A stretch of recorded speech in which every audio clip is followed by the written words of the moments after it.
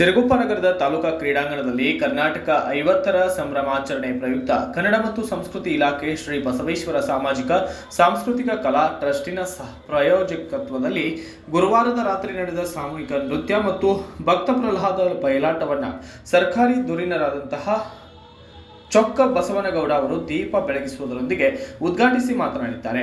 ದೊಡ್ಡಾಟ ಬಯಲಾಟವೆಂದೇ ಕರೆಯುವ ಸಾಂಸ್ಕೃತಿಕ ಬಯಲು ನಾಟಕಗಳು ಅಂದಿನ ದಿನಗಳಲ್ಲಿ ಮನೋರಂಜನೆಯನ್ನ ನೀಡುತ್ತಿದ್ದವು. ಅಲ್ಲದೆ ವಿದ್ಯಾಭ್ಯಾಸವಿಲ್ಲದ ಜನರ ಮನದಲ್ಲಿ ಸಾಮಾಜಿಕ ನ್ಯಾಯ, ಹಿರಿಯರ ಆದರ್ಶಗಳು, ನೈತಿಕ ಪಾಠಗಳ ಬೀಜವನ್ನ ಬಿತ್ತುತ್ತಿದ್ದವು.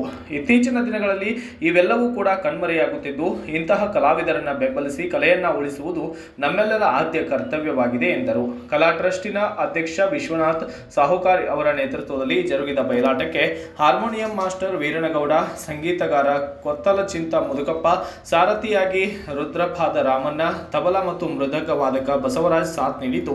ಇದೇ ವೇಳೆ ಹಿರಿಯ ವಕೀಲರಾದ ಜಿ ಶಿವರುದ್ರಗೌಡ, ನಿವೃತ್ತ ಪ್ರಾಂಶುಪಾಲ ಅಚ್ಯುತ ಕುಮಾರ್, ಉಪನ್ಯಾಸಕರಾದ ಪಂಪಾಪತಿ, ಟಿಎಚ್ಒ ಡಾಕ್ಟರ್ ಈರಣ್ಣ, ಪಾತ್ರಧಾರಿಗಳು ಮತ್ತು ಕಲಾಭಿಮಾನಿಗಳು, ಸಾರ್ವಜನಿಕರು ಹಾಜರಿದ್ದರು.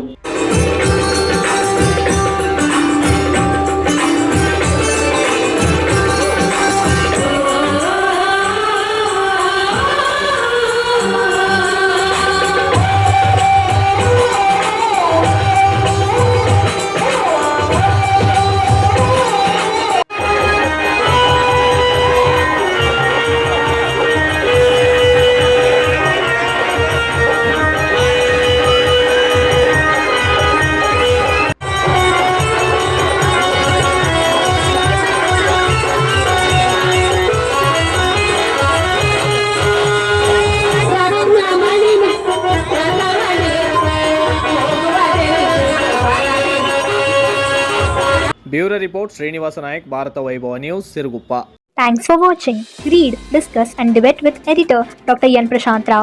Wanted reporters in print, digital and visual media for Bharat Vaibhav Daily Newspaper, BV News Channel and BV Fast Web News from all the talukas of Karnataka. If interested, send your resume to 9482633333.